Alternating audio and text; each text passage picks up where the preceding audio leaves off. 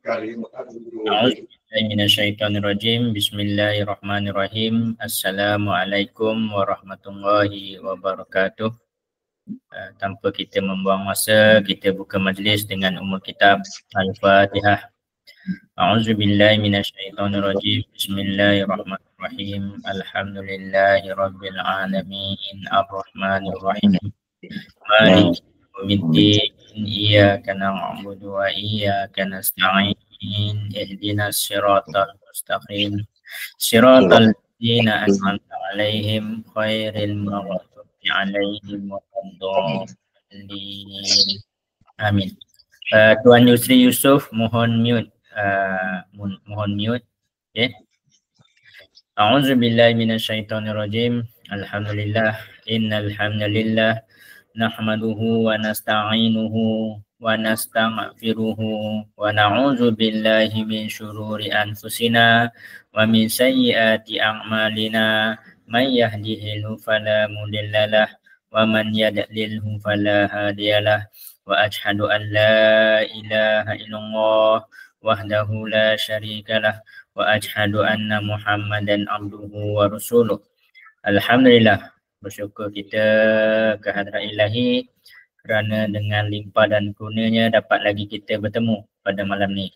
Alhamdulillah juga saya mengucapkan setinggi-tinggi terima kasih dan alhamdulillah bersyukur atas kehadiran Ustaz Sinar.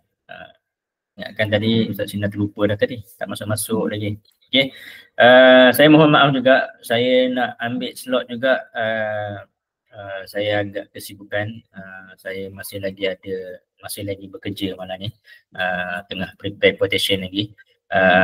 Okey, tanpa saya membuang masa, insya-Allah malam ni kita akan membincangkan tajuk memahami lebih lanjut ilmu usul fiqh bahagian kedua, dan insya-Allah selepas tu kita akan ada sesi soal jawab. Okey, tanpa saya membuang masa, saya menyerahkan majlis kepada Ustaz Sinar untuk meneruskan sesi kuliah. Terima kasih Coach. Alhamdulillah Rabbil Alamin. Bersyukur kita kepada Allah kerana dipertemukan lagi pada kuliah malam ini. Bismillahirrahmanirrahim. Allahumma salli ala Sayyidina Muhammad wa ala ali Sayyidina Muhammad. Terlebih dahulu saya memohon maaf. Kali ini saya lambat masuk Google Meet kerana saya lambat sampai di rumah.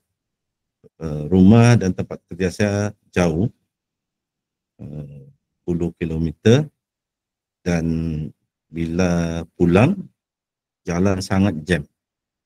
Jalan di area Kota Kinabalu ini sangat jam. Malam tadi saya solat maghrib di pejabat. Masih dengan baju pejabat lagi. Terus buka sampai rumah, bukalah laptop untuk kita teruskan kuliah kita ini pada malam ini, untuk kita berkongsi ilmu. Dan saya senang hati melihat ini peserta-peserta yang istiqamah, nama-nama yang saya kenal yang selalu hadir, seperti saudara Muhammad Azam, saudara Hanafi Ahmad, dan yang lain-lain. Jadi kita akan teruskan sambungan kita kuliah berkenaan memahami lebih lanjut usul fiqh. Dan walaupun tajuknya memahami lebih lanjut, sebenarnya topik sangat luas.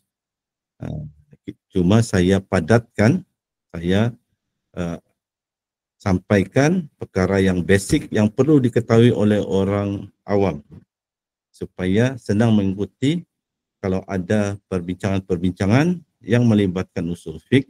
Dan sebenarnya banyak dalam ruqyah syariah, sebenarnya banyak apabila membincangkan hukum, banyak yang melibatkan usul fiqh, terutama bahagian kaedah fiqh atau fiqh. Saya buka slide sekarang.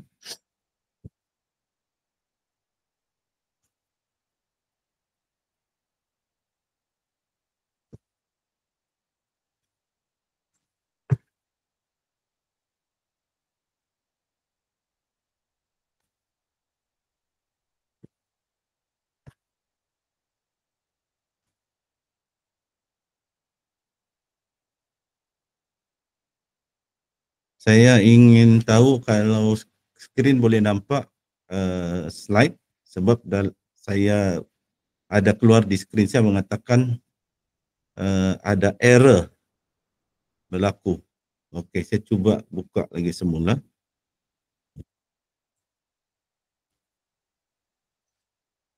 Kena baca doa dulu. Mungkin ada gangguan. Bismillahirrahmanirrahim. La yadurru ma'asmi syai'un fil ardi wala fis sama'i wa samiul alim. Bismillahirrahmanirrahim. La yadurru ma'asmi syai'un fil ardi wala fis sama'i wa samiul alim. Bismillahirrahmanirrahim. La yadurru ma'asmi syai'un fil ardi wala fis sama'i wa samiul alim. Minggu lalu pun kita ada gangguan, ada terlupa kabel sehingga tidak dapat hayat laptop, tidak dapat. Ini kita terpaksa ringkaskan dan malam ini pula insya-Allah kali ini boleh nampak slide. Ada masalah. Minggu lalu masalah. Macam ada aja nih jin yang tidak ingin kita para peserta belajar ilmu usul fiqh. Ilmu usul fiqh ini sangat penting. Sekejap mungkin cara dia saya akan saya akan coba close dulu. Saya close dulu slide. Apa ini saya close dulu. Saya close dan saya buka balik. Saya kena buka lagi semula. Bismillah.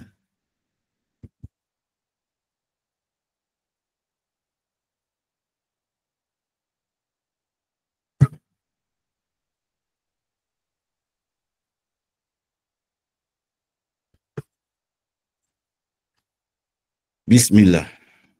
InsyaAllah kali ini dapat buka slide.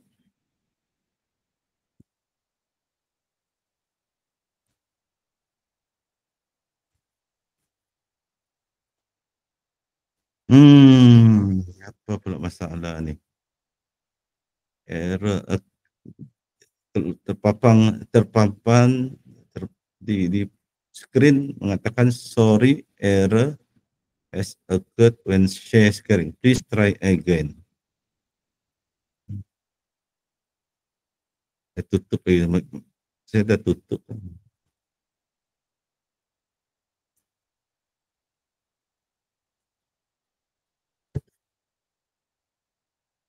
Ataupun mungkin Coach Kamarul dia ada restriction tak yang kalau bukan moderator untuk ni. Boleh cek semula sebab bila saya buka tadi YouTube, saya buka Google Meet saya nampaknya macam dia punya presentation yang baru. Mungkin dia update sudah YouTube Google Meet ni. Butang dia ada berbeza dari yang sebiasa. Ataupun begini, saya coba keluar, saya masuk balik. Saya akan keluar sekejap, betul saya coba masuk balik.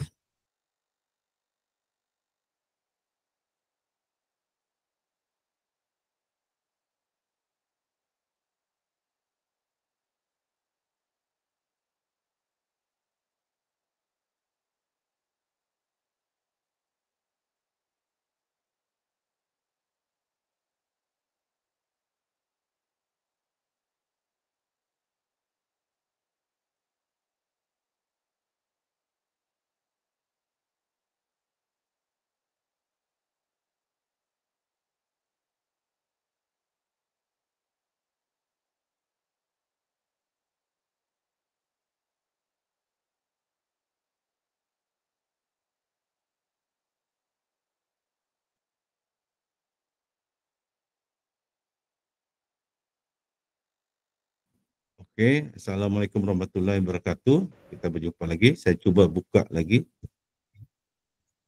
So far tak ada restriction apa-apa, open semua. Okey, saya cuba buka balik semula. Bismillah. Itu juga masalah. Keluar pop-up di screen mengatakan sorry, an error has occurred when screen sharing. Please try again. Mana masalah dia ni? Dan kita buka ni seperti biasa. Cuma tadi screen Google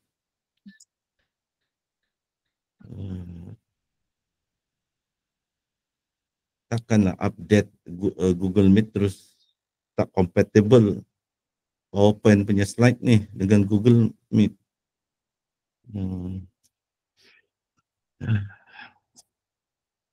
Minggu lalu pun kita ada masalah teknikal, minggu ini pun tajuk ni atau begini, saya cuba keluar semula sebab cuba ni tak dapat share screen. Saya cuba masuk balik dari awal. Saya buka semula, saya akan keluar. Bismillah.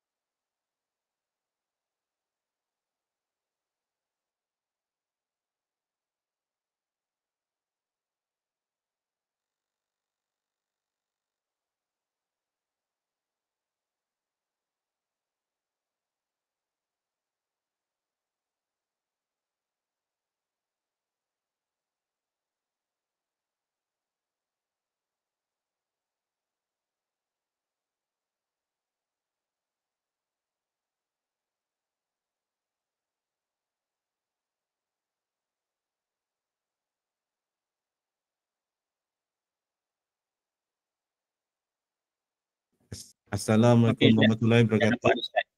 Dah nampak slide. Alhamdulillah, alhamdulillah. Saya kena register balik dari mula. Baru saya dapat buka dan share. Okey, sekarang kita mulakan. Alhamdulillah. Okey.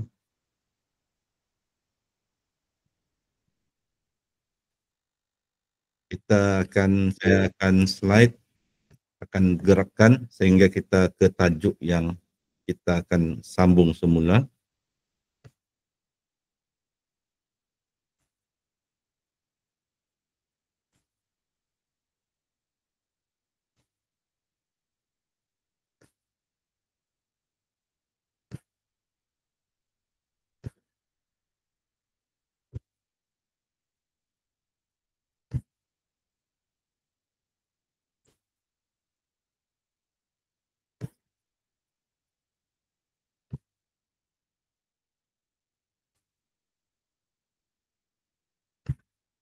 Maqasid syariah sudah kita bincang, sejarah pun sudah kita bincang sedikit sebanyak.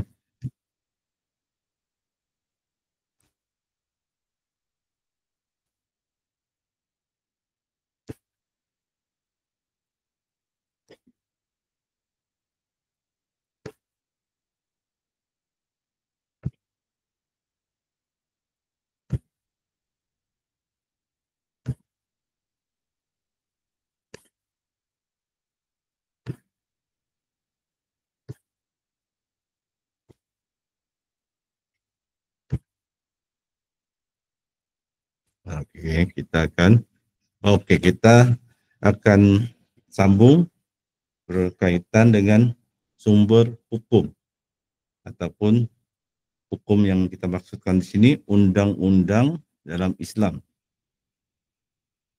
Bismillahirrahmanirrahim. Apabila kita hendak mengetahui sesuatu hukum syarak, kita perlulah mengetahui sumber hukum. Artinya, bila kita katakan undang-undang itu begini, hukumnya begitu, wajibkah, haruskah, haramkah, makruhkah, haruskah, halalkah, haramkah, sahkah, tidak sahkah. Yang undang-undang yang mengatakan demikian dari mana? Sumbernya dari mana? Sumbernya yang utama di dalam Islam adalah Al-Quran dan hadis. Kalau undang-undang buatan manusia, kita lihat kepada negara tuh. Ada negara sumber undang-undang dia adalah akta parlimen. Senator-senator, ahli parlimen, ahli Dewan Undangan Negeri, kalau di bahagian negeri, akan membentangkan rang undang-undang untuk diluluskan menjadi undang-undang. Jadi sumbernya undang-undang di satu negara itu dari pelembagaan, daripada akta parlimen, daripada enactment negeri, itu sumber undang-undang.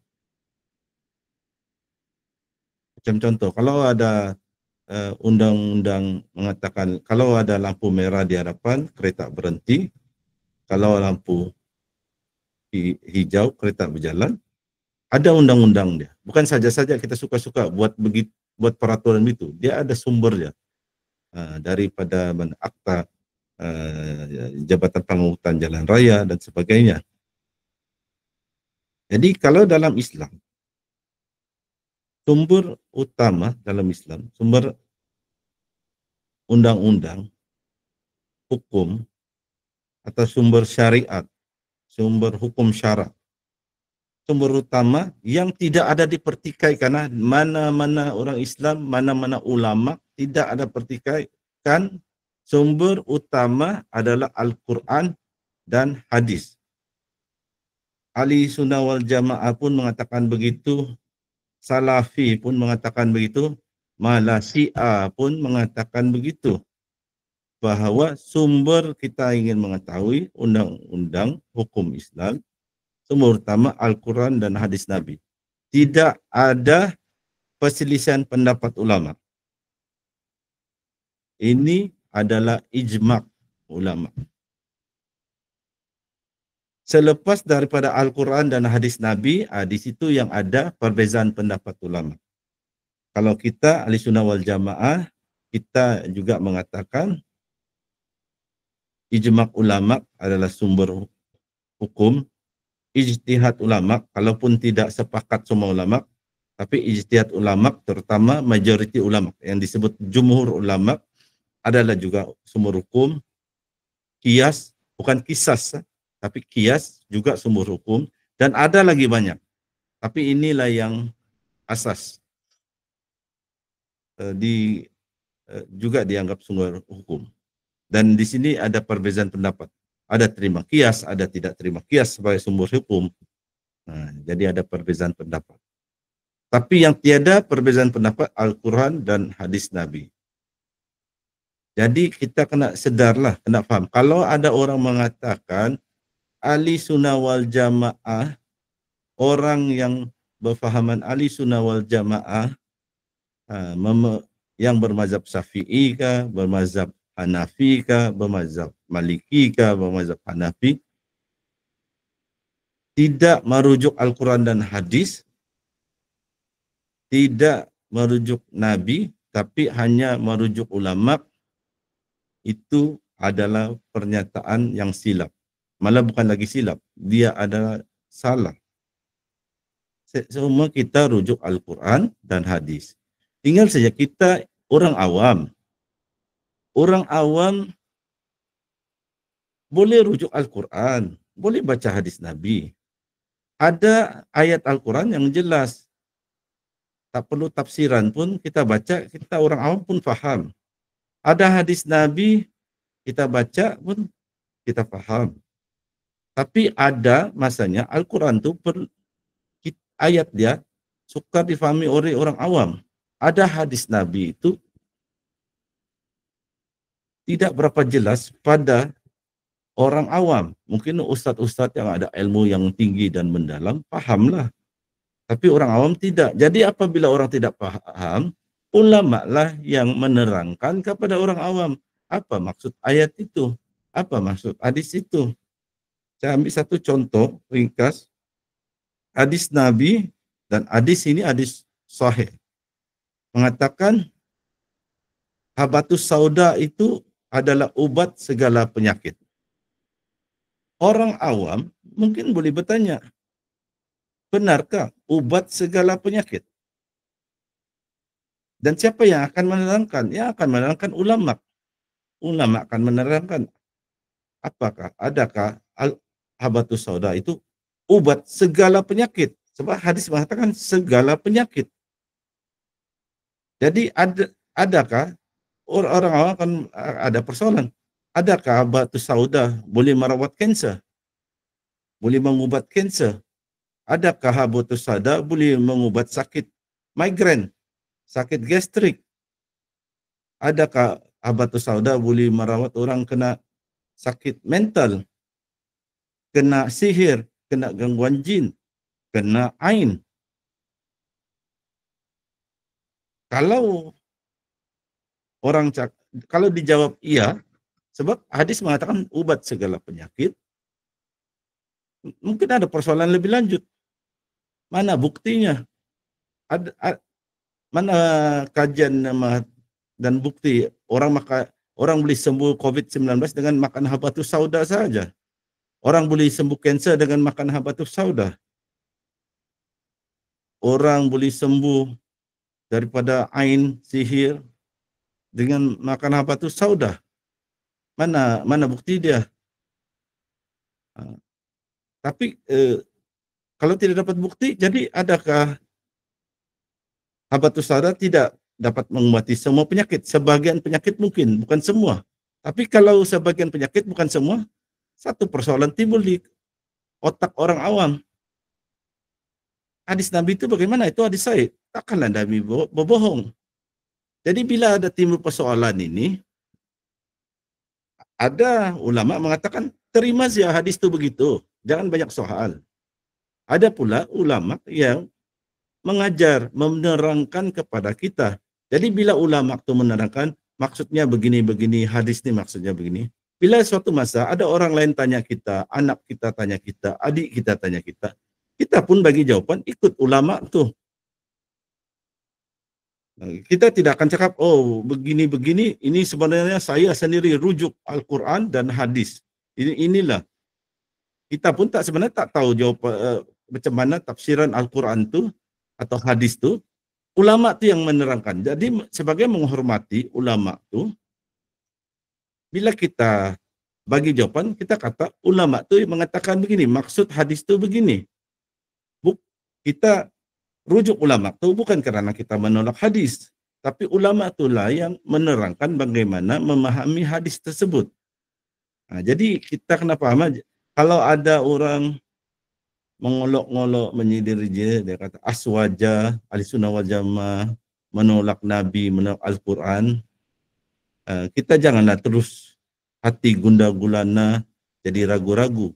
Kita yakin, itulah kita kena belajar. Kita kena belajar, kita punya pegangan agama, kita kena belajar. Mazhab kita, mazhab Syafi'i, kita golongan Ahlussunnah wal Jamaah, kita kena belajar supaya kalau orang cuba mencetuskan rasa ragu-ragu, kita tetap yakin dengan pegangan kita, tidaklah ragu. Si E cakap begini terus kita jadi ragu-ragu, si B cakap begini kita jadi ragu-ragu. Dan bila tanya orang yang tahu jawabannya, tidak mau terima pula. Kita ingat, orang yang pandai berhujah, orang yang pandai berdebat, tidak semesti apa yang dia katakan itu betul. Dia boleh menang debat sebab dia ada skill berdebat. Orang yang berlawan cakap dengan dia tak pandai berdebat, kurang ilmu debat, menanglah si pendebat, tapi belum tentu apa yang dia pandai berkata-kata, apa yang dia sampaikan, ilmu itu, perkara itu betul. Itu kita kena fahami. Nah, jadi kesimpulan dia, Al-Quran, hadis ini, semua ulama sepakat ini adalah sumber utama undang-undang Islam. Hanya sumber selepas itu yang ada pertikaian lama. Contohnya seperti adat.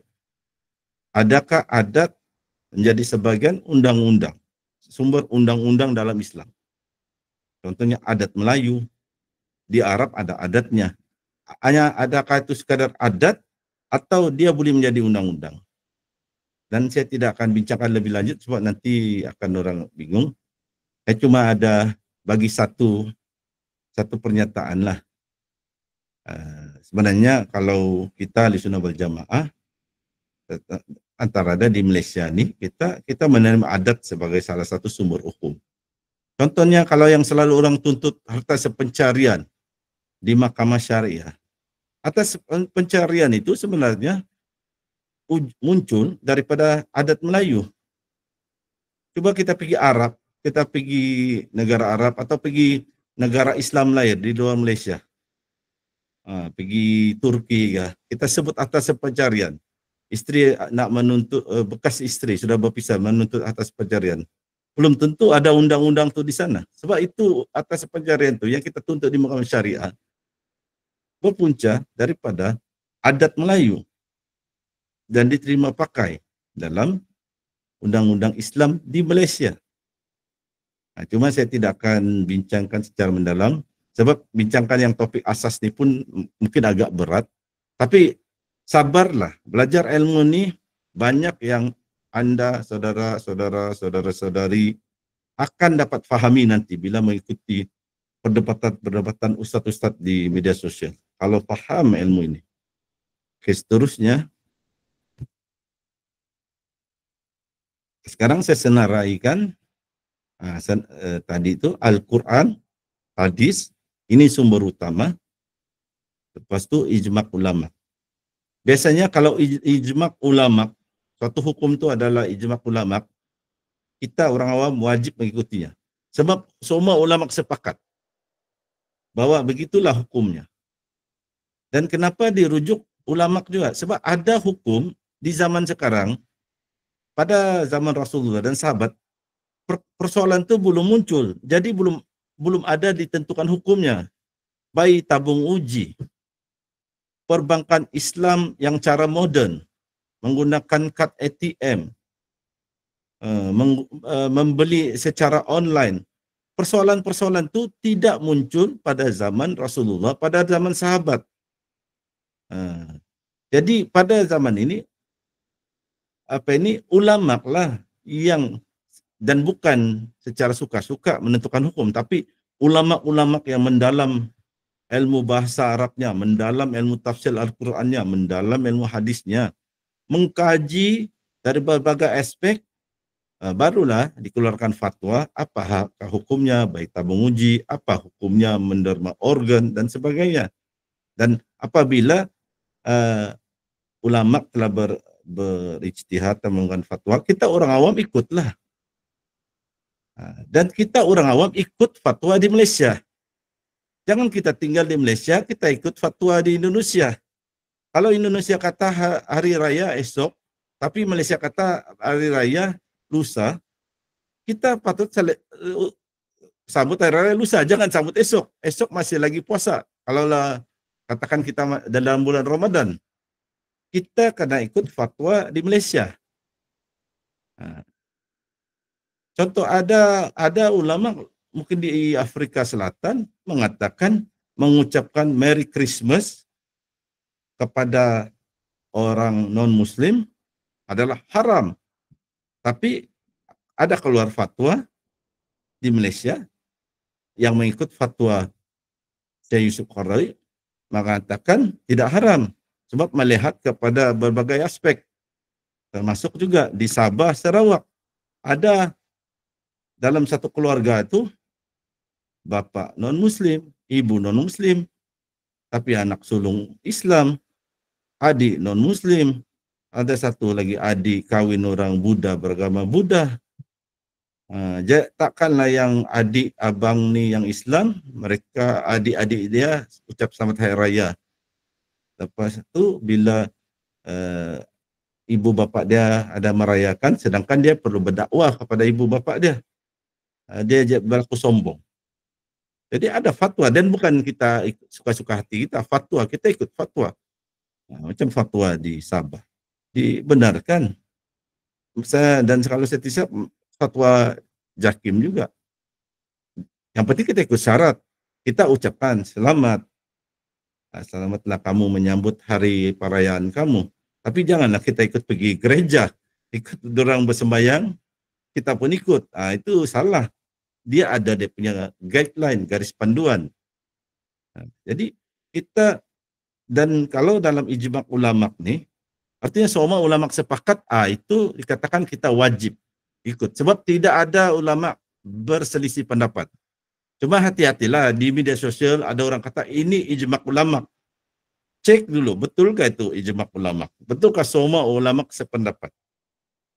Sebab sekarang ini media sosial macam-macam cakap, dan jangan hanya karena orang tu nampak warak, berjubah, terus kita terima bulat-bulat.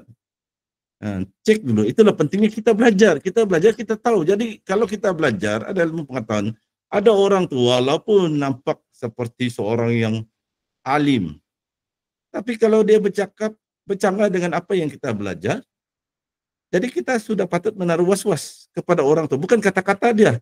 Kita was-was, betulkah orang tu kata yang berbeza dengan apa yang kita pelajari dan fahami.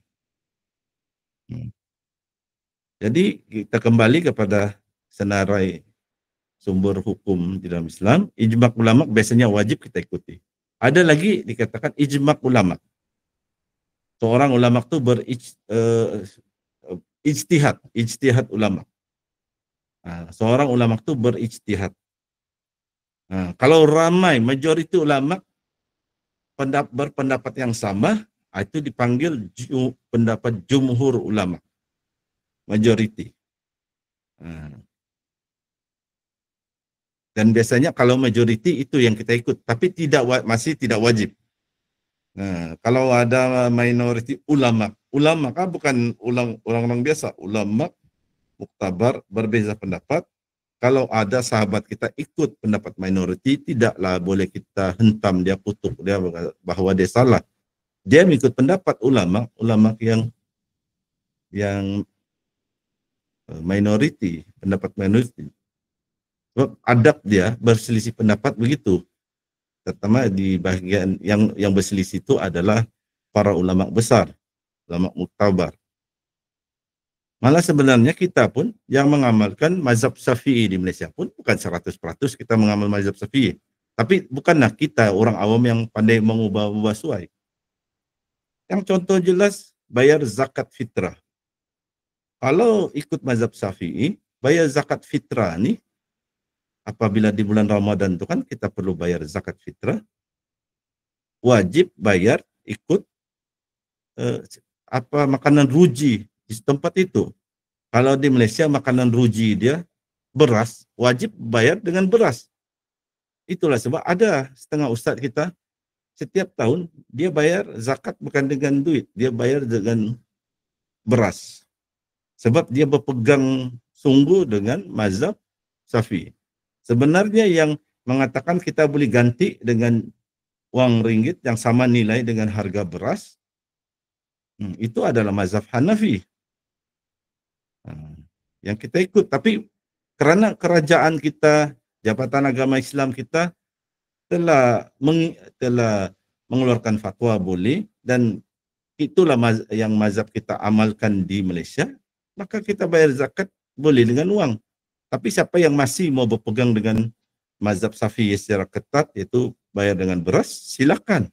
Tak perlulah kita bergaduh, berkutuk mengutuk. Jadi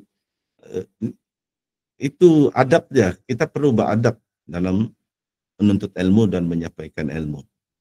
Jangan jadi macam orang lain kan, kutuk Imam Hanafi. Ada tuh terkejut saya teruk dikutuk Imam Hanafi ni, macam seolah-olah dia bukan ulama. Jadi itu kita kena sedar, kita kena belajar ilmu-ilmu begini supaya kita faham. Supaya kita pun tidak mengutuk orang yang tidak sepatutnya. Ulama besar pun kita kutuk kalau tidak ilmu. Jadi kita jangan ikut. Kalau ada yang orang nampaknya bertaraf ustaz tapi nak kutuk ulama dan sebagainya, itu antara mereka lah. Mereka ilmu mereka tinggi, jadi mereka boleh berdebat tahap-tahap tinggi. Kita yang penting kita kukuhkan asas pengetahuan agama kita. Seterusnya yang terakhir, sebenarnya bukan terakhir, banyak lagi, tapi saya cuma senaraikan 5 saja yang asas. Qiyas. Qiyas pun adalah salah satu dari sumber hukum Islam. Dan saya tidak akan terangkanlah, saya ringkaskan. Seterusnya,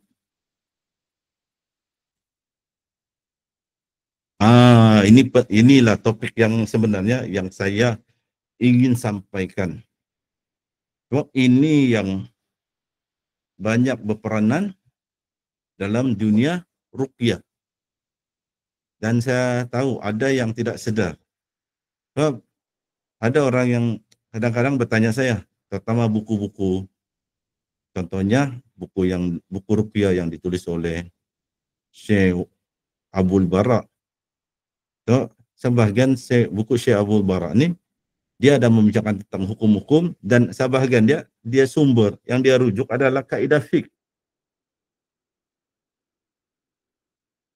Jadi contohnya, bolehkah mandi air ruqyah di kamar mandi, di bilik mandi? Syekh Abu Barak ada menjawab soalan ni, dan dia menjawab soalan ni berdasarkan dalil menggunakan kaidah fiqh.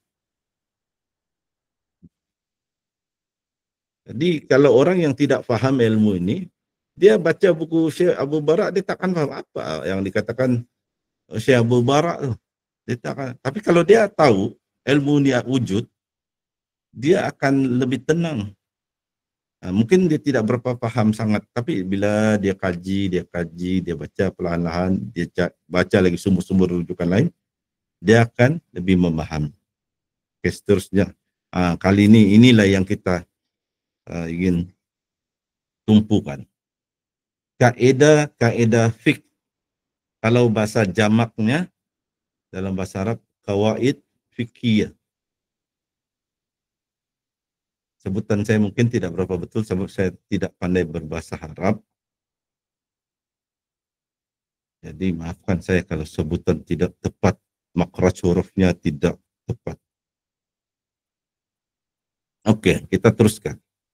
Maksud kaidah fiqh juga disebut kaidah fiqh adalah prinsip kulli atau bersifat umum dalam bentuk nas pendek ataupun ringkas yang mengandungi hukum umum yang sesuai dijadikan panduan untuk menentukan suatu hukum, suatu perkara atau persoalan yang baru timbul. Kalau orang baru pertama kali diperkenalkan dengan ilmu kaidah fiqh ini, definisi tadi saya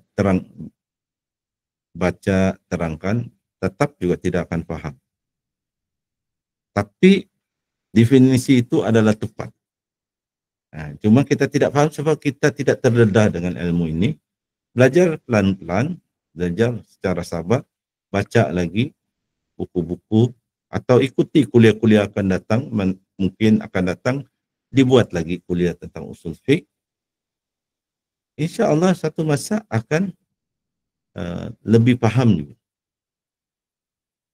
Oke, seterusnya, oke, dalam bahasa Arab, kaedah fik ini disebut kawaid fikih. Dan kita kena faham kaedah dalam pengertian kaedah fik dengan kaedah dalam pengertian umum bahasa Malaysia ada perbezaan. Jadi di sini saya cuba untuk membezakannya. Saya menggunakan ejaan K-E-I-D-A-H, kaidah. Saya tidak menggunakan ejaan yang kebiasaan kita dalam bahasa Malaysia, K-E-I-D-A-H. Apa beza dia pemahaman kita bahasa Melayu dengan bahasa Arab? Kaedah dalam pengertian bahasa Malaysia, maksudnya cara-cara. Bagaimanakah kaedahnya untuk bagaimana kaedah untuk menyembuhkan sakit gangguan sihir? Bagaimanakah kaedah untuk merawat ain? Bila kita sebut begitu, maksud kita kaedah itu cara-caranya, macam mana cara-caranya merawat ain. Tapi dalam konteks ini, yang ilmu kaedah fik ini, bukan itu maksudnya. Dalam ilmu kaedah fik,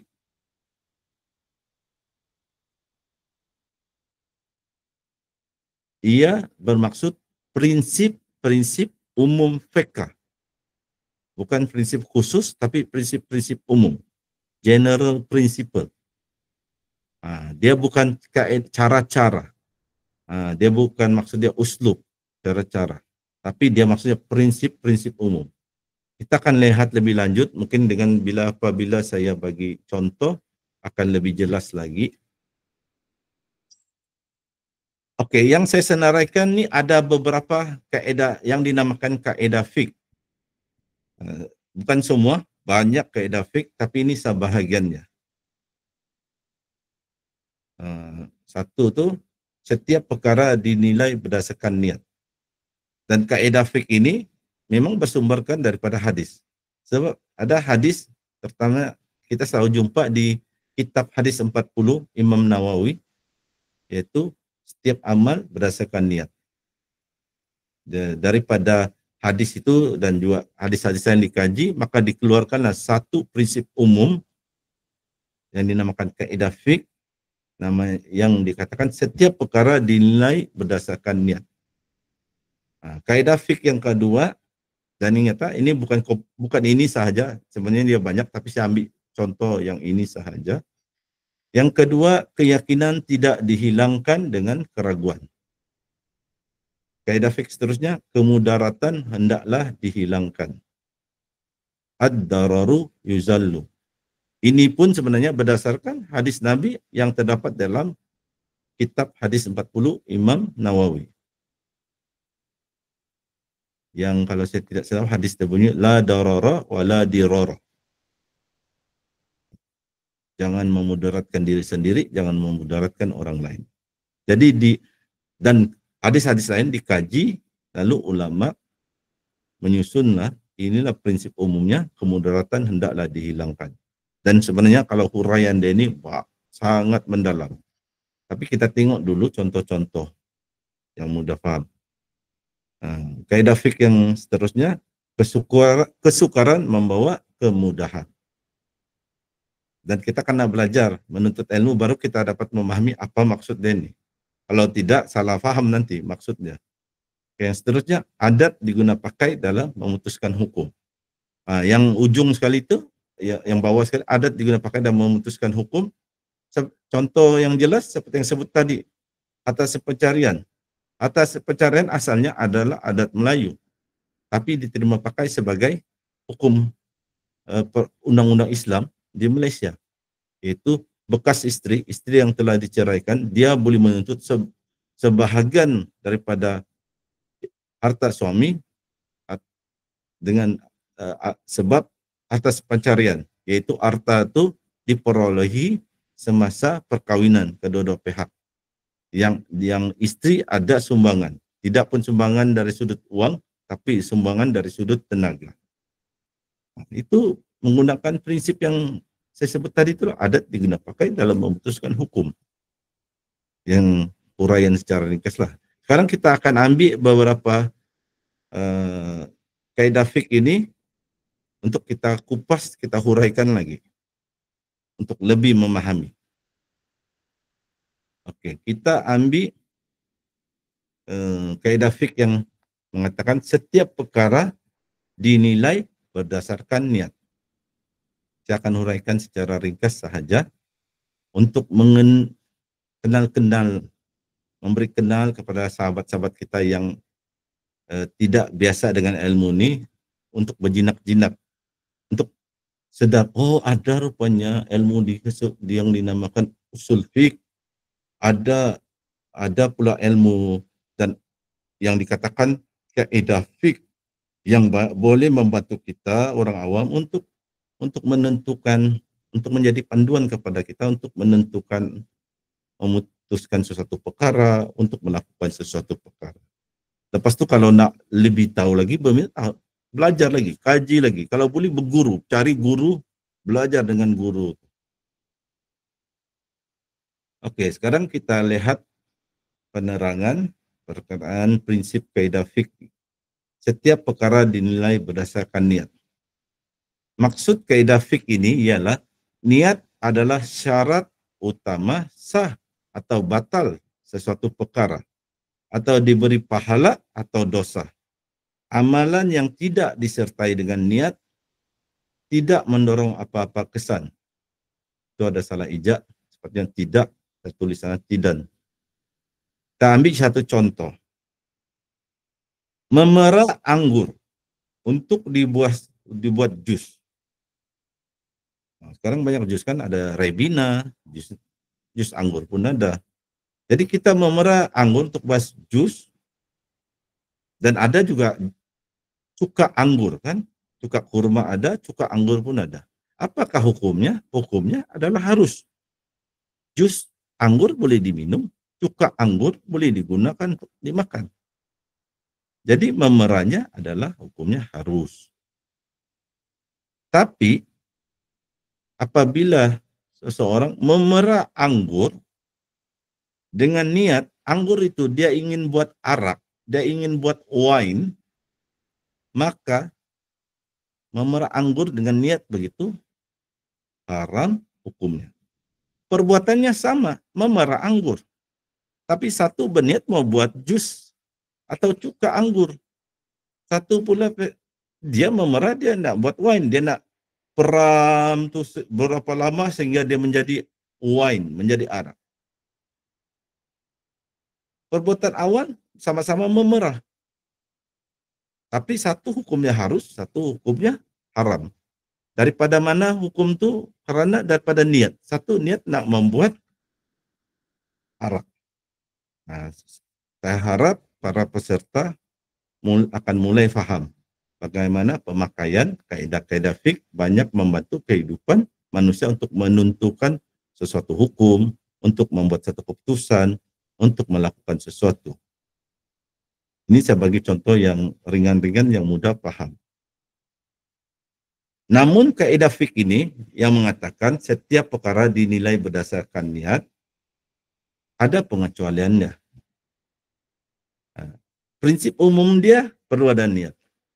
Di bulan Ramadan, sekarang malam hari, esok siang hari, kalau kita nak puasa yang sah esok dia, malam ini kita kena berniat puasa esok hari. Kalau kita tidak pasang niat, kita tidak minum, tidak makan pun esok, kita tidak ada pahala puasa. Sebab puasa kita tidak sah. Kalau kita nak solat, antara rukun solat, untuk solat itu sah, mestilah berniat. Nawaitu. Ambil wuduk pun mesti ada nawaitu. Kalau sembahyang kita usolli. Kan? Kita katakan kalau ambil wuduk pun perlu ada niat, yaitu kita nawaitu. Mandi hadas besar pun ada niat nawaitu. Baru sah. Tidak niat, tidak sah. Tetapi ada pengecualian dia. Ini pentingnya belajar ilmu. Kita kena belajar dari sumber yang betul. Orang yang boleh mengajar dengan betul. Antara contoh pengecualian yang tidak perlu niat ialah seorang lelaki melafazkan cerai kepada istrinya. Maka bila dia melepaskan cerai yang jelas, maka tertalaklah istrinya. Walaupun si suami melafazkan cerai itu secara bergurau. Dia bukan berniat ingin menceraikan istrinya, dia bergurau saja, tetap jatuh talak. Atau mereka berlakon, suami istri berlakon. Dalam skrip itu ada mengatakan suami menceraikan istrinya. Walaupun dalam lakonan dia tidak berniat menceraikan istrinya. Kalau dia sebut saja menceraikan istrinya dengan lafaz yang jelas, tercerai. Kalau dia sebut lafaz 3 kali talak, dia kata dia cerai istri dia dengan 3 kali talak, kalau ikut mazhab kita, mazhab Syafi'i, jatuh 3 talak 3. Walaupun cuma lakonan, itu adalah skrip. Tapi yang berlakon itu dua-dua benar-benar suami istri. Nah, itu tidak pakai niat. Pengecualian dia ada pengecualian dia. Jadi saya sampaikan ni supaya para sahabat sekalian yang tidak tahu ilmu ni sekarang tahu. Tak pun paham sepenuhnya tapi tahu. Jadi kalau ada perbincangan di media sosial, di YouTube, taklah tenganga, taklah garuk kepala, langsung tak paham. Ataupun cuba-cuba menyampuk tapi komen tu salah dari sudut ilmu. Sebab kita tak ada dasar ilmu, komen tak betul lah Ustaz ni cakap. Tak apalah Ustaz ni cakap tak betul. Sebenarnya Ustaz tu cakap betul. Cuma kita tak ada ilmu yang mencukupi. Tapi bernapsu nak mengomen di media sosial. Okey, seterusnya.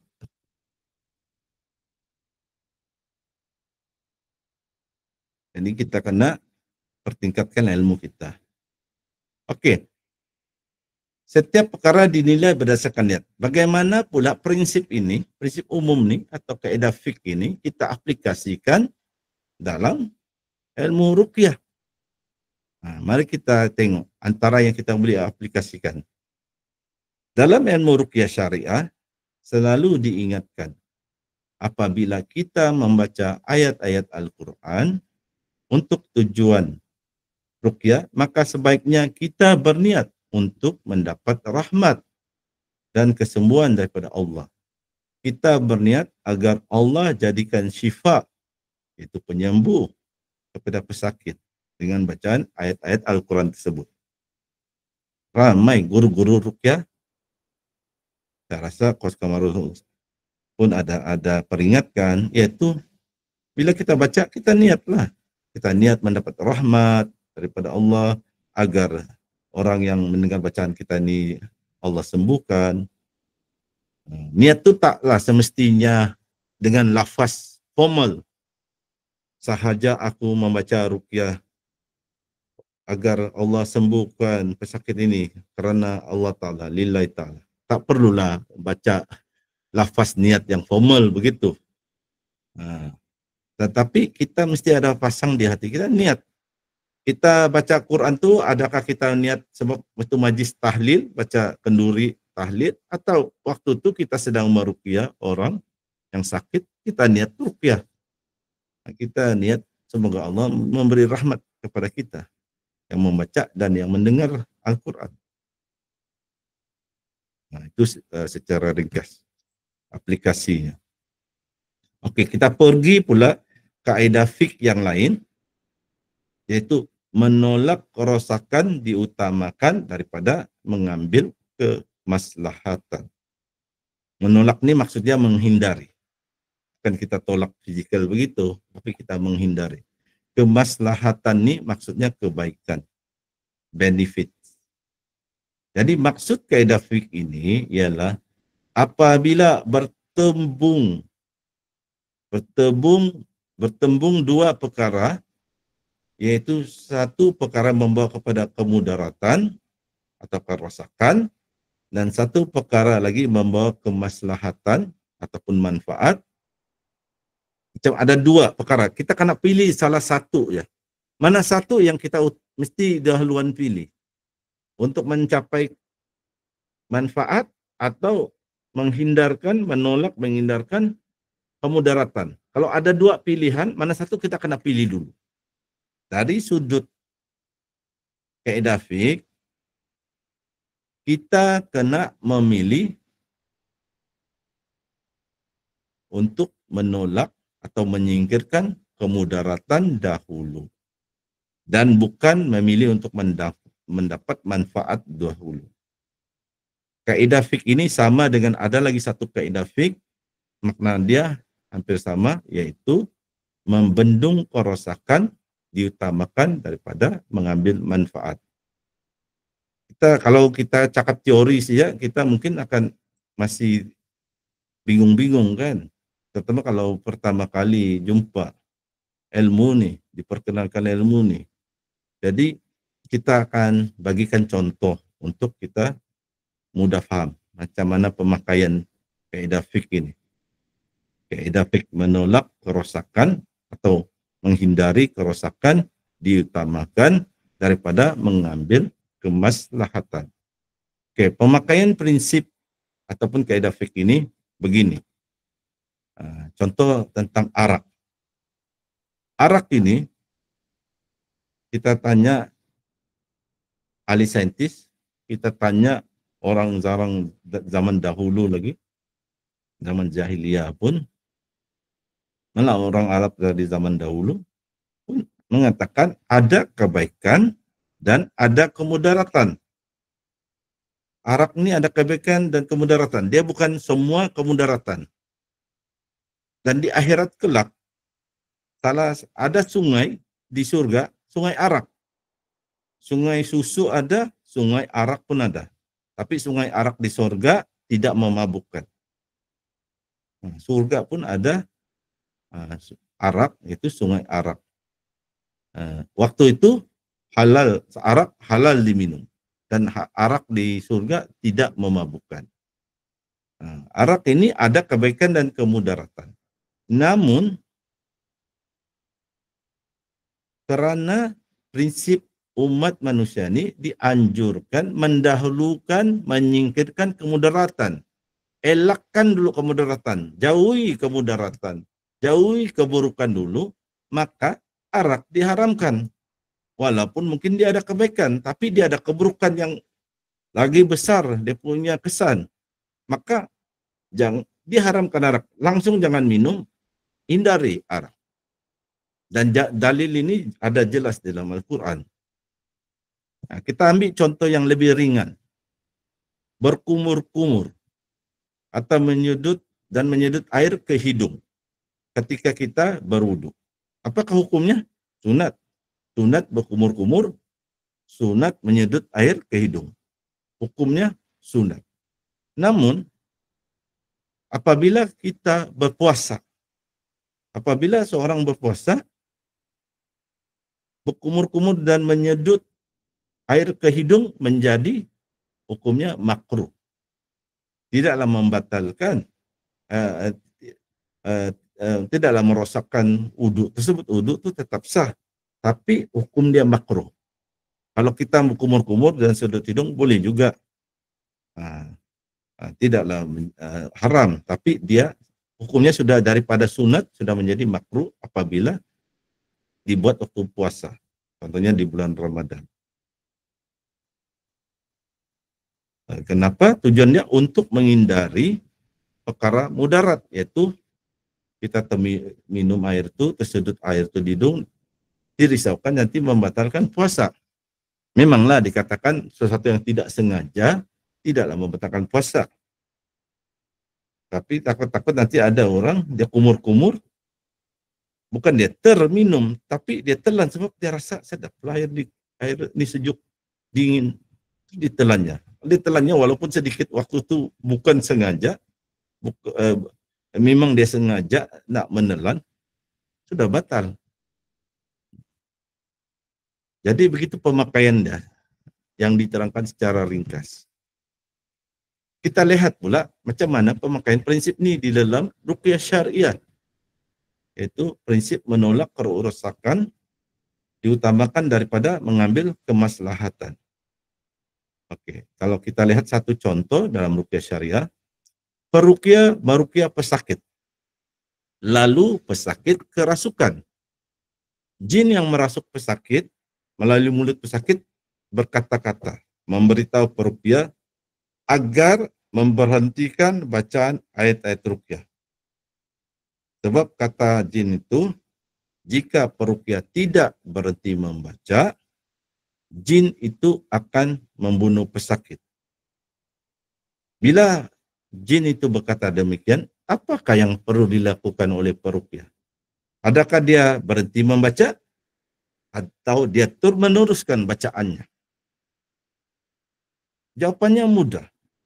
Telah ada panduan, yaitu panduannya melihat kepada kaidah fiqh menolak kerosakan diutamakan daripada mengambil kemaslahatan. Jadi mana satu pilihan hati? Bukan pilihan hati sebenarnya, pilihan berdasarkan ilmu. Mana satu saya rasa orang dah dapat agak, yaitu pilihannya kita sambung penerangan tadi. Apabila kita melihat kaidah fiqh menolak kerosakan diutamakan daripada mengambil kemaslahatan, ini kaidah fiqh dia. Maka kita akan tengok apakah manfaat untuk pesakit apabila kita baca ruqyah. Kita inginkan pesakit sembuh. Keluarga pesakit bawa pesakit jumpa kita, dibacakan ruqyah ayat-ayat Al-Quran karena ingin mendapat manfaat, yaitu ingin pesakit sembuh. Itulah kita pun bacalah ayat-ayat ruqyah. Kesembuhan itu satu kebaikan, satu kemaslahatan. Jadi kita ingin mengambil kemaslahatan. Tapi bila jin merasuk itu muncul, berkata-kata melalui mulut pesakit, dia kontrol badan pesakit, katakan, pergi ke dapur. Lepas tu dia kontrol tubuh pesakit, pesakit tu ambil pisau. Pisau tu diletakkan di leher pesakit. Dan jin tu mengatakan, baca lagi lah, sambung baca ayat ruqyah. Saya akan kerat leher pesakit ini. Kalau jin itu dapat kontrol tangan pesakit itu dan kerat leher pesakit, apa berlaku?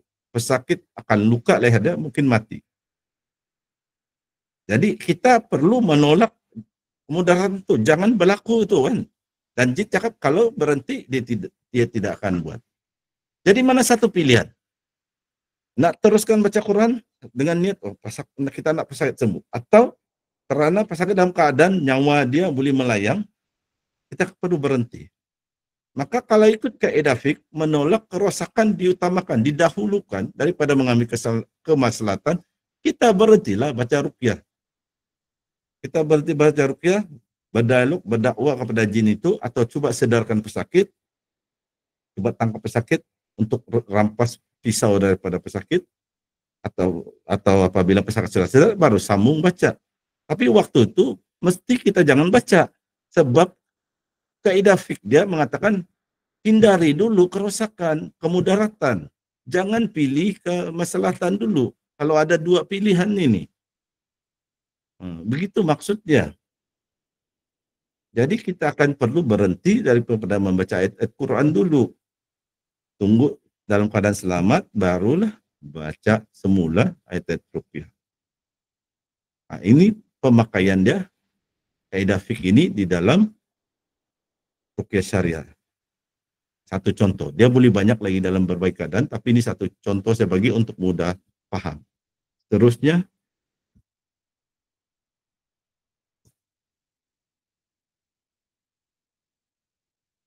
apakah kesan jika peruqyah tidak mengikuti kaidah fiqh? Saya bagi satu contoh apa yang berlaku. Di Timur Tengah, ada peruqyah pernah menyebabkan kematian pesakit. Sebab tidak memilih, mungkin dia tidak tahu ada ilmu ni, ada kaidah fiqh. Dia tidak memilih kemudaratan dahulu. Dia baca ruqyah, pesakit dia meronta-ronta, kerasukan. Dan peruqyah ini dia ada baca kisah Ibnu Taimiyah Ibn Taimiyah ini sebagai ramai menganggap dia Syekhul Islam, syekh besar dalam agama Islam. Jadi dia terima bulat-bulat. Itu saya selalu ingatkan. Kita manusia walaupun taraf ulama tidak maksum, hanya Nabi yang maksum. Ulama sendiri pun akan ada melakukan kesilapan. Jadi tidak salah, tidak kita berdosa kalau ada sebagian pendapat, cara-cara ulama itu kita tidak ikuti. Jangan takut. Kalau kita ada Allah bagi akal pikiran. Kalau kita rasa ragu dengan pendapat dan kata-kata seorang ustadz tuh, kita boleh tidak terima. Kan ada dikatakan ijma, khilaf ulama. Jadi apa yang berlaku pada peruqyah itu, dia terima bulat-bulat cerita kisah Ibnu Taimiyah memukul seorang pesakit kerasukan dengan kayu secara kuat. Dia menggunakan suatu tongkat kayu, dia pukul pesakit itu dengan kuat, sangat kuat, beratus kali. Ada mengatakan beratus kali. Dan Ibnu Taimiyah katakan orang ini dia kerasukan penuh. Jadi bila dia pukul, yang tubuh pesakit itu tak akan sakit. Pesakit itu tak akan rasa sakit. Sebab yang akan rasa sakit itu jin. Jadi dia tidak lagi mendalami ilmu ruqyah mungkin. Dia ambil bulat-bulat kisah itu. Jadi dia jadikan sebagai authority. Dia jadikan sebagai dalil. Dia pun bila dia mau ruqyah orang, ada satu pesakit nih, dia pun pukul pesakit tuh, pesakit wanita kalau saya tidak silap. Ada tuh di buku-buku ruqyah. Ada sebagian buku ruqyah menceritakan kisah ini. Kalau saya tidak silap, kitab Ustadz Musdar pun ada menceritakan kisah ini. Dia pukul, kuat, pesakit berteriak-teriak. Nampak pesakit tuh berteriak macam kesakitan, bukan tuh yang kesakitan tuh jin. Tapi dia bagi tahu keluarga pesakit, oh ini yang kesakitan ini adalah jin. Pesakit itu tak sakit tuh. Sebab dia rasa dia ada baca ilmu ruqyah ini, ada buku mengatakan Ibnu Taimiyah memukul dengan tongkat beratus kali, tak mati pun sakit, tak kesakitan. Tapi masalah kalau ilmu itu baru dalam sejengkal, patut belajar lagi lah kan. Boleh juga meruqyah orang, tapi kontrol-kontrol lah, belajarlah juga ilmu usul fiqh, kaidah fiqh, kan, kasih lengkap lah ilmu tuh, kasih cantik, berbagai sudut kita boleh lihat. Tapi dah nak jadi macam dia rasa dia cukup dah ilmu dia, jadi dia pukul, mungkin dia tendang ke apa, saya pun tidak ingat lagi itu, tapi memang dia pukul kuat, bertalu-talu, sampailah pesakit itu pun diam. Dia beritahu lah, nah kan sekarang pesakit dah diam, dah sembuh lah nih. Jin dah keluar lah. Sebab pesakit tak lagi meraung-meraung, berteriak dipukul. Tapi sekali dicek rupanya pesakit dah hilang nyawa. Bukan jin yang keluar dari tubuh pesakit, nyawanya pun dah keluar dari tubuh pesakit. Dan saya rasa sama juga seperti Malaysia, kalau berlaku begitu memang peruqyah itu akan ditangkap, didakwah, dan jika didapati salah, kalau dituduh membunuh dengan niat dan didapati salah, hukum gantung lah. Kalaupun tidak hukum gantung, dikatakan dia membunuh tanpa niat, penjara seumur hidup. Waktu itu menyesal dia tak guna. Jadi belajarlah ilmu usul fiqh, belajarlah kaidah fiqh, supaya boleh jadikan panduan, supaya menyesal dahulu pendapatan, menyesal kemudian tak berguna. Oke, kita teruskan. Dana habis dan ini. Betul lah, dana habis, penutup. Saya bagi beberapa contoh saya tadi untuk menaikkan semangat peserta yang tidak tahu ilmu ini atau tidak berapa faham ilmu ini untuk terus lagi belajar ilmu ini. Sebab ilmu ini boleh membantu peruqyah dalam kehidupannya seharian, terutama apabila dia merawat pesakit, dan juga boleh membantu orang awam, orang-orang pesakit untuk menilai sesuatu pendapat itu betulkah tidak. Contoh, ada persoalan, kan biasanya kalau meruqyah ni ideal dia lebih bagus pesakit ambil air wuduk, ambil wuduk kan. ambil wudhu baru diruqyah lagi bagus. Tapi tidaklah jadi masalah kalau pesakit tidak ambil wudhu. Jadi ada persoalan timbul di kalangan pesakit. Kalau waktu itu dia minta ruqyah, dia datang haid, bolehkah dia berwudhu? Nah, perlu ada jawaban dia. Sebenarnya kalau dia tidak berwudhu pun tidak ada masalah. Sebab orang yang tidak datang haid, bila di ruqyah tanpa berwudhu pun tidak ada masalah. Dia datang haid, kalau dia berwudhu, tidak berwudhu pun tidak ada masalah. Tapi kalau dia, sebab ada yang menggalakkan, yang membolehkan. Antara Syekh Abul Bara Usama bin Yasin Al-Mani. Dia ada pertemuan dua perkara. Kita digalakkan, pesakit digalakkan berwudhu sebelum memulakan sesi ruqyah. Ada kelebihan dia, ada manfaat, lebih bagus pesan. Tapi ada lagi satu aspek, kalau perempuan datang haid, kalau dia berwudhu atau dia berhadas besar. Kalau dia berwudhu itu tidak boleh mengangkat hadas besar. Berwudhu hanya boleh mengangkat hadas kecil. Kalau orang berhadas besar datang haid, wudhu tidak boleh mengangkat hadas besar. Jadi terlalu dari segi sudut fikih, kalau dia berwudhu, dia tidak ada apa-apa kesan. Wudhu dia macam batal lah, macam tidak sia-sia lah, tidak ada wudhu. Sebab dia ambil lah wudhu, tetap juga dia tidak boleh sembahyang, dia tidak boleh pegang Al-Quran. Nah, sebab dia punya wudhu tu, kalau orang haid, dia tidak akan dapat mengangkat hadas yang besar dia, selagi dia belum berhenti haid. Jadi persoalan dia, itulah macam tidak manfaat juga, dari sudut itulah fikih. Jadi persoalan bolehkah tidak boleh? Kalau orang ilmu dia luas, dia banyak membaca, dan dia belapang dada, dia faham ilmu ni seperti ilmu usul fiqh, dia tidak akan rasa terganggu pikiran dia, tertekan, bingung. Sebab kalau dia dapat dua jawaban, kalau Syekh Abul Bara membenarkan dan dalil dia menggunakan prinsipnya kaidah fiqh. Dan ada pula peruqyah, ada pula ustaz mengatakan tak boleh. Bukan sekadar tak boleh, tak digalakkan, makruh, tapi haram. Antara hujah dia mempermainkan wudhu itu adalah ibadah. Orang ambil wudhu untuk sembahyang, orang ambil wudhu untuk baca Quran. Jadi mengambil wudhu sedangkan waktu itu haid, dia tidak akan dapat mengangkat hadas besar. Mengambil itu wudhu itu sia-sia dan seolah-olah menghina ibadah wudhu itu. Ada penuh, kita tak perlu bingung. Ada khilaf ulama, pilih saja mana satu yang kita nak pegang.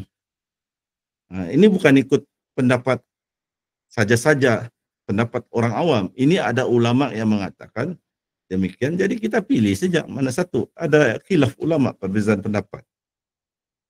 Jadi kita boleh simpulkan, siapa yang pertama kali mengetahui ilmu usul fiqh berkemungkinan agak sukar memahami kuliah ini. Maka bersabarlah dan belajarlah memahami secara bertahap. Tambahkan lagi pengetahuan daripada sumber-sumber lain, atau ikuti lagi kuliah-kuliah akan datang, mana tahu ada lagi kita akan bincang ilmu usul fiqh. Dan ilmu usul fiqh ini sangat penting kepada kita umat Islam untuk kita fahami. Kita tidak perlulah belajar mendalam ke tahap orang yang universiti belajar, tapi kita belajar untuk menjadikan panduan macam tadi itu, untuk panduan kepada kita. Yang kita belajar yang asas-asas. Dengan memahami ilmu usul fiqh ini, kita lebih faham bagaimana ulama menentukan atau memastikan sesuatu hukum, terutama berkenaan perkara yang baru berlaku di zaman ini. Kita akan lebih mudah faham kenapa ada masanya ulama berbeza pendapat. Manfaat lain belajar ilmu usul fiqh ini, kita akan ada panduan bagaimana membuat keputusan yang lebih tepat apabila dalam situasi kita kena memilih satu antara dua pilihan. Maka dengan itu saya ucapkan terima kasih. Tamat pembentangan kuliah saya pada malam ini. Sebelum saya serahkan kepada Coach Kamarul, saya akan tutup slide dulu.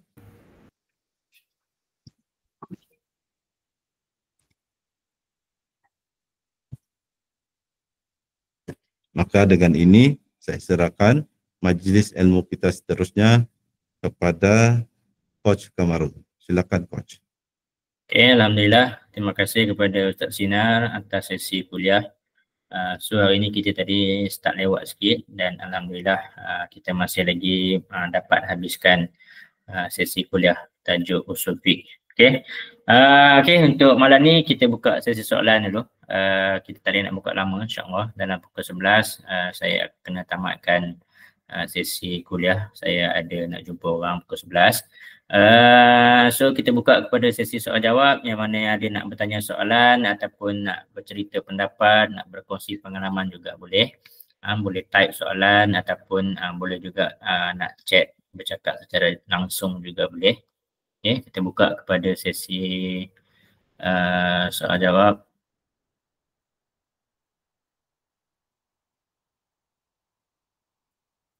Ada soalan kita boleh tanya soalan.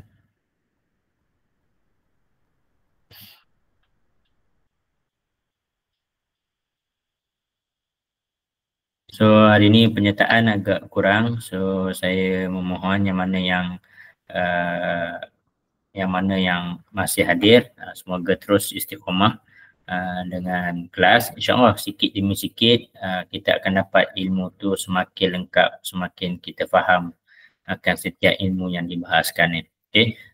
Untuk ruqyah ni dia memerlukan masa yang panjang untuk kita betul-betul faham. Setakat kita belajar 1, 2, 3 tahun mungkin kita ada asas, tapi kadang-kadang dia belum cukup untuk kita memahami, terutama dari segi masalah-masalah yang pesakit datang kepada kita.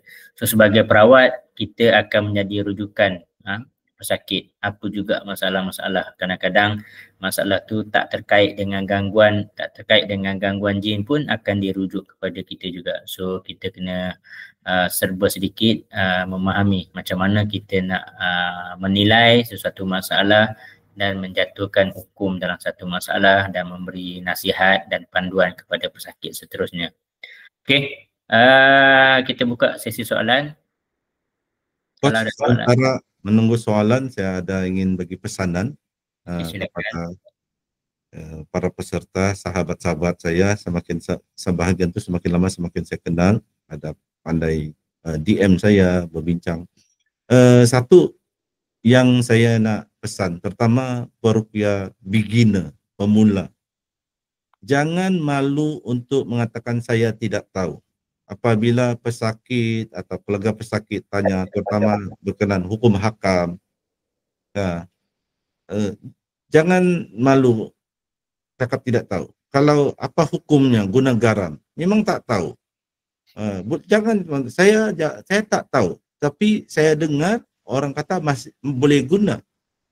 Tapi jangan cuba-cuba nak tunjuk confident bagi fatwa, tapi fatwa silap. Yang kalau garam tu masih okey lagi lah, ada kata boleh. Tapi kadang-kadang ada tu yang hukum tu besar. Ada tanya, ada pesakit kata suami saya selalu pukul saya dengan besi, dengan apa. Waktu tu nak bagi nasihat pergi ke balai polis, buat laporan ke atau atau cuba bagi kalau di luar bidang kita bukan seorang kaunselor, mungkin ringkaskan sejalan jawapan saya pun tak tahu apa nak buat. Lebih baik awak pergi cari lawyer, minta nasihat lawyer, lebih tepat. Sebab pernah ada rakan peruqyah hubungi saya, dia kata dia ni senior dari segi meruqyah, tapi dia bila ni cerita rumah tangga, kata-kata Kamarul, kadang-kadang tak melibatkan ruqyah pun ditanya kita, dia boleh bagi nasihat, pergilah ke buat aduan. Suami itu konon garang memukul, buat aduan. Apa berlaku bila wanita itu ikut nasihat itu buat aduan? Suami dia pun buat aduan polis, mengatakan ini peruqyah cuba mempengaruhi isteri dia. Dan suaminya itu siapa? Suaminya juga adalah seorang anggota polis. Jadi bermasalah. Dia nak disiasat polis. Sebab sekarang dia jadi suspek, dia nak menghasut rumah tangga orang. Jadi konsentrate di mana yang kita arif. Kita pandai meruqyah, kita konsentrate meruqyah. Kalau kita kena tanya hukum hakam ke masalah keluarga, kalau kita tak tahu, jangan malu untuk bagi tahu. Saya tak tahu, coba cari orang lain yang lebih tahu dari saya. Itu pesanan saya untuk kita kongsi bersama. Saya serahkan semula kepada coach. Tambahan sikit.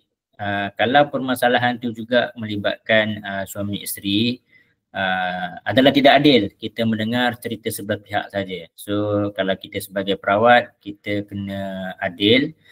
So kalau kita nak dengar cerita dan nak buat pertimbangan nasihat, kita tak boleh dengar sebelah je.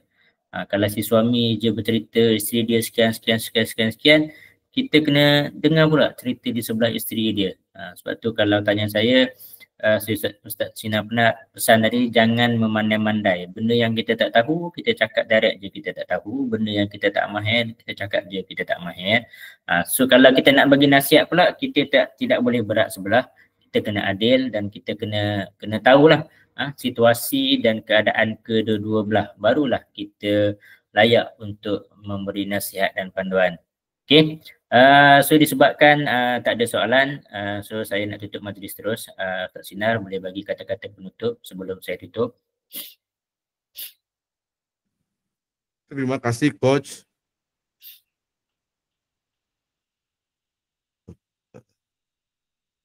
Okey. Saya pun ada masalah tekak sikit. Okey, terima kasih coach. Terima kasih kepada semua peserta yang hadir. Dan peserta, walaupun kita sedikit peserta, tapi ini yang peserta-peserta yang istiqamah. Saudara Hanafi, Saudara Muhammad Azam, Samzul Ani, Saudara Yusuf, antara yang hampir setiap minggu hadir, dan semoga apa yang ilmu kami sampaikan ni, yang kami kongsikan bermanfaat kepada semua.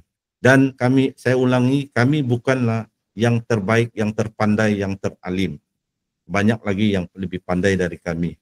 Dan mungkin ada peserta ni yang sendiri sebenarnya adalah peruqyah yang berpengalaman.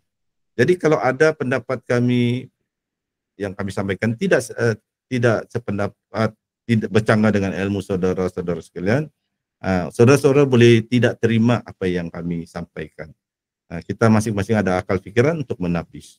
Tapi kami ucap terima kasih yang hadir yang ini, kemudian sebab ada yang pandai private message saya, DM saya, berbincang, dan bagus orang, bersopan santun apabila menghubungi saya terharu, saya terima kasih.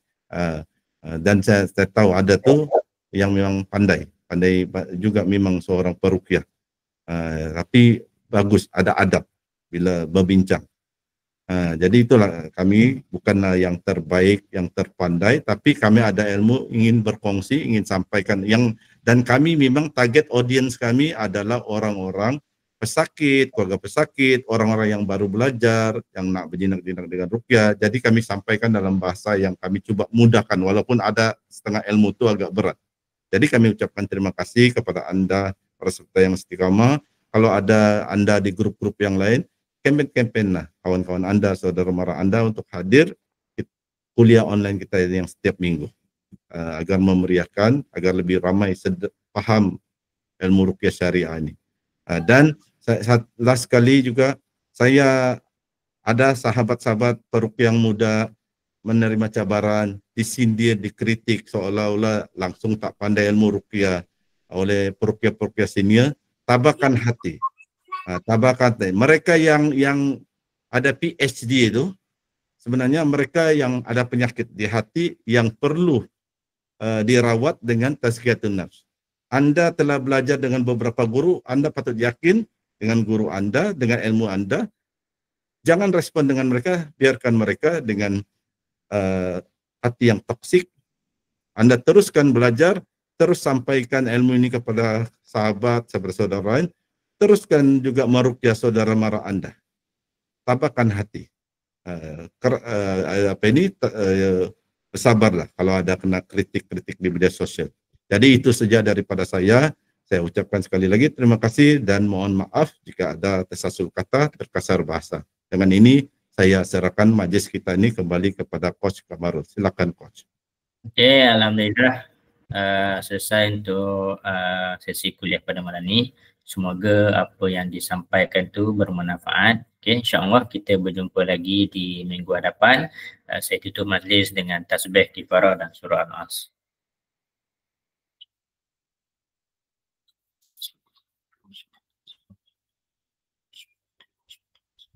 Okey, alhamdulillah.